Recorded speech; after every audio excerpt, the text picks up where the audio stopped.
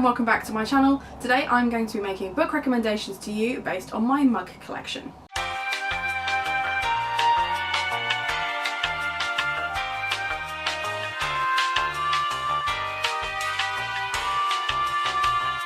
Now, Olivia over at Olivia's Catastrophe, I will put the link below, came up with this really cute idea where she would show you her mugs that she's collected that are all bookish or fandom related or just really important to her, and then she would recommend books to you based on that. And I really like that idea, and I don't have many mugs that are the same. I have quite a big collection of mugs. Unfortunately, a lot of my favourites are in the dishwasher at the moment, so I just grabbed 10 mugs and I'm going to give you 10 recommendations based on those mugs to the best of my ability. Some are fiction, some are non-fiction, so I hope you enjoy. We'll start with my most narcissistic mug. This is my mug that has my name on it. I've had this since, I want to say primary school, but it could have been secondary school. It was definitely like 11, 12. I can't remember why my mum bought me this. Probably just because it has my name on it. It has a chip on it because it's super, super old, but this is very important to me. But it has this really kind of like retro-y flower on it. I will show a close-up. It has this like retro-y flower on it, and it always makes me think of Jacqueline Wilson, who were books that I used to read when I was younger. She was I love Jacqueline Wilson. She was one of the biggest influences on my childhood. So if I was going to recommend a Jacqueline Wilson book based on this mug, it would probably be either the Tracy Beaker series, which is about a girl who's in the foster system who has to deal with modern day life, or it would be Double Act, which is about twin sisters who do everything together, and one of them decides that she desperately wants to become a TV show star, and her sister gets the part where she doesn't, and their relationship kind of breaks down. And that's a really interesting story to me and was quite important. Actually, you see elements of that in stories that I write nowadays, so that's quite interesting. But yeah, so Jacqueline Wilson for this retro 90s mug. The next mug is actually one of my favourite mugs. I really like this mug. It's a Starbucks mug, so yes, I mean, I actually got this reduced. It was down to like £2. I think it was one of the last ones they had, so they were just looking to get a shot of it. Or maybe it was broken in some way, I can't remember, but £2, which wasn't bad. I just really like how it fits in my hand. I just feel like that's a really nice size. It's a slightly bigger cup than your standard, so I quite liked that. But it is pink and it's simple and it's girly and it just has this really nice feel to it. So for me, taking all those elements in, I decided to go with To All the Boys I Loved Before. It also helps that it's the same pink as the title, but obviously this is a YA romance. I'm not a massive fan of romance, but I found that this worked really, really well for me. I really liked the style of this. I really liked the voices in this. She is very girly, but she has so much personality. She's not your beige standard protagonist, and I really liked that. I liked that this story was about her family, and it was something a bit warm that you could hold on to, and it just fit perfectly with that. So we'll move on to a non-fiction one next. I was gifted this Persuasion mug by, I think it's my sister-in-law, but it may have been my sister-in-law on behalf of my brother. But anyway, I got this. They know that I like Jane Austen, and they know that I like classic books, and this is obviously one of the Penguin classic books. In Olivia's video, she has the purple one, which is The Room with a View, which I thought was really, really cool. And much like Olivia, I didn't want to just recommend you Persuasion. Now, as much as I love Jane Austen, Persuasion is actually my least favourite of the books, except for maybe Mansfield Park. But I appreciated that they know me well enough to know that I like Jane Austen, and I do really like this mug. But I wanted to recommend you something that was novel related and classics related, but wasn't necessarily what you were expecting. So I've gone with The Novel Cure. Now this, as I said, is a non-fiction book. This has looked at loads of literary texts and gives you suggestions for remedies and healing things that are they're literary remedies basically, so they're based on books and things that are related to that. So for example, you've got household chores as a cure for stress. Yeah, so you've got, for example, here you've got guilt explained from Crime and Punishment and how people would deal with guilt based on that book. You've got the Time Traveller's Wife's Guide to Miscarriage and things. There are lots and lots of remedies in there. It's a really, really interesting read, and it really kind of breaks down the context of the times and why it's seen as that, but also kind of, it's just a way of cataloguing some really fantastic classics, but in a way you might not expect. And I picked this up for £1.99 in a charity shop after I saw it on my old roommate's shelf and decided I had to have it for myself. I then spotted it a few years later and was like, I love this. So I really, really enjoy this. It's a really interesting read, and because it's basically just like a dictionary of remedies, and I don't know why I keep doing this. That's going to make it really fun for editing later. You don't have to read it all in one go. You can kind of do it letter by letter, or you can just pick it up and have a flick through. You don't have to commit to it all in one go because it is quite a chunky boy. I really enjoyed this, and it's something like a little bit different. If you're looking for like an obscure read, I would definitely recommend this. This is technically my brother's mug, but I bought this for him. It is just a blue teal mug with some script on it that says, "Please kindly fuck off." And I just felt like that really suited his personality. And it kind of suits mine sometimes as well. So a very polite way of telling you to leave me alone, I'm sure. I wanted to find something that would kind of... Actually, this is one of the ones where I thought of the book and then realised that I had a mug that would go with it. So the book that I want to recommend is The Lies of Loch Lamora.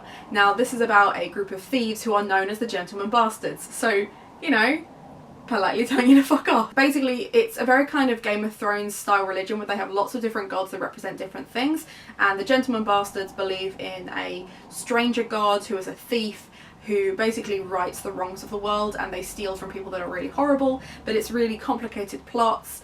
There are some really sad moments in this, but to be honest, not enough people talk about Scott Lynch as a fantasy writer. I think he's fantastic. I am just about to start rereading the second book, which is Red Seas Under Red Skies. I love this series. It's a fantastic series. And if you claim to be a fantasy reader and you haven't read this, like, what are you doing? Okay, something a bit softer. Again, this is another one of my brother's mugs. This is actually an unnecessarily large... Like, I can fit my entire fist into this mug, like it's so big. But it says Music Lover. I believe this is one that my mum bought him because he plays guitar. He owns about 8 guitars. He also has a ukulele, a bass. He's got amps and stuff everywhere as well. Like, he did music and sound technology, so this was just, yeah, straightforward and to the point.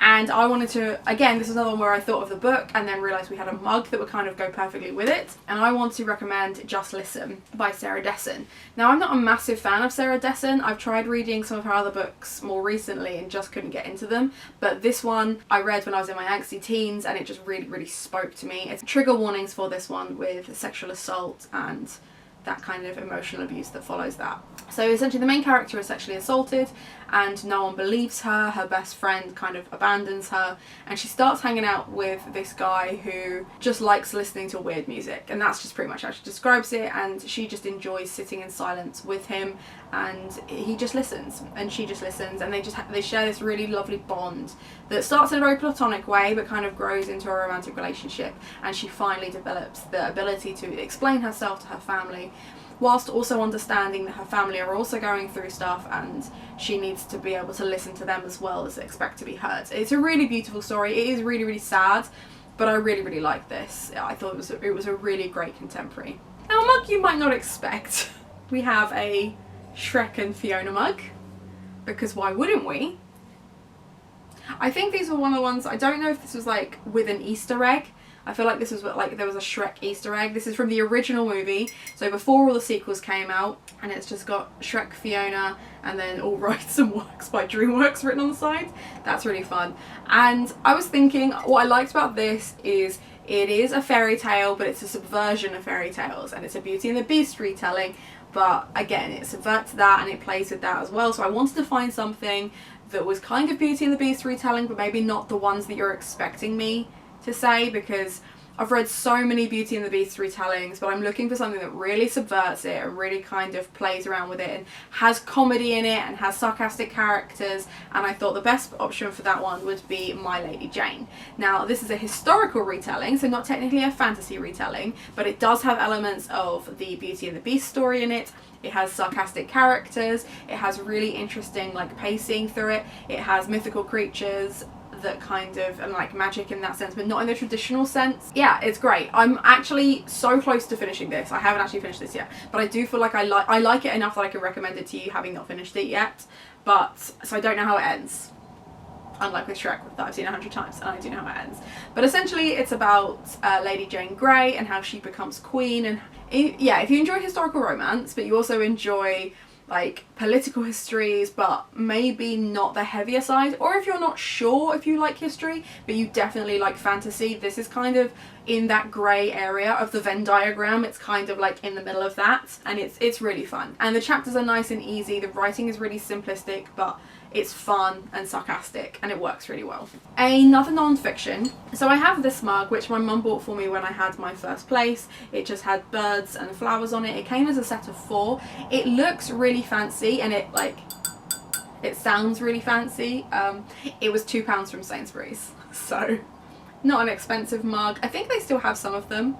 But it's dishwasher safe and microwavable, so there's that. But it's a really, really pretty, delicate mug. This is the mug that I get out if people come around that I care about their opinion of me. Otherwise, you're just going to get, you know, whatever. But if I care about your opinion when you come around for tea, you're going to get one of the fancy mugs. And therefore I had to bring out a fancy book, so a classic that was nature related, that had a pretty front cover that kind of related to it. So I went with Darwin, The Origin of the Species. Now I really, really like this front cover with all the butterflies on it. Obviously with Gothtober I asked specifically to have like a moth in the decal because I just think the shapes and the colours are always really, really pretty. But besides that, this is obviously the journalings and writings of Charles Darwin. Is believed to have created the theory of evolution and that everything is related and we stem from monkeys, etc. So this is actually a really interesting book. You can see where I haven't read it in a while and I've dog-eared it because I obviously read it I think I bought this for uni and then like worked my way through it because we were doing nature and writing and I wanted to make a comparison to how nature is written in a scientific format, but obviously it's an Oxford classic, so it means that there is a lot, it has quite an essay style to it. It is a hard read because obviously it was written years ago and it wasn't written necessarily for the enjoyment of reading, but it is a fascinating read, and if you have any interest in nature or science or anything like that, this is a really, really good one. He's accumulated so much research and there's so much condensed into this, what is actually quite a short book really, but mainly I did it for the front cover because the front cover is really pretty. I was gifted this mug which says "This is what a writer looks like" on both sides from a teacher friend for a Secret Santa, and when it actually came to the Secret Santa it hadn't arrived yet because she'd specifically had this printed for me. It wasn't, like she decided what text was going to be and it didn't arrive in time, so what she actually gave me was an envelope with a photo of this in, which I really appreciated, but eventually the mug did arrive and here it is. I have lots of books that kind of suggest what a writer is like, but my newest one that I was gifted is this Ready Set novel book, which is essentially a plan for how to plan out your novel as you go. It has prompts and illustrations the whole way through. It helps you with plotting, it helps you with character development. There's space to like scribble all over it, and as you can see I haven't yet. I like that it has like map making pages, etc. It's just really, really fun, and I just thought if you ever thought about you want to write a book but you have absolutely no idea where to start, I have a go with something like this, because even if you just play with it and it never actually turns into a book, at least you can kind of get an idea of how that creative process is going to work, and you can start telling people this is what a writer looks like.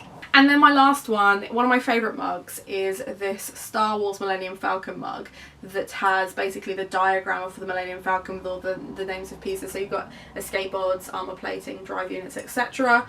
I really, really like this one. It's a really, really simple design, but I really just liked how science fiction-y that made it feel, and it's not your traditional Luke, Leia and stuff like that all over it. I just thought it was a really cute design. But I want, again, much like Olivia, I didn't want to necessarily follow the fandom and necessarily recommend you a Star Wars related book, although there are some fantastic Star Wars related books. I am not a massive fan of science fiction unless I necessarily have like some emotional attachment to it, so reading Star Wars books is fun, but actually finding a sci-fi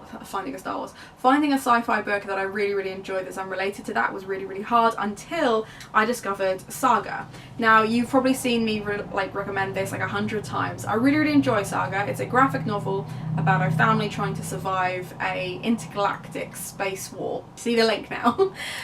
It's really fun, it's really sarcastic, the graphics are just gorgeous. Part of me, and it is the sadistic part of me, wants to tear pieces out and kind of have them on my wall as pieces of art, but I also want to keep it intact because it's really fun and I want to read it. I'm on to the 5th volume now, but I think there are 9 out already, and I will be keeping on with this series because I really, really enjoy it.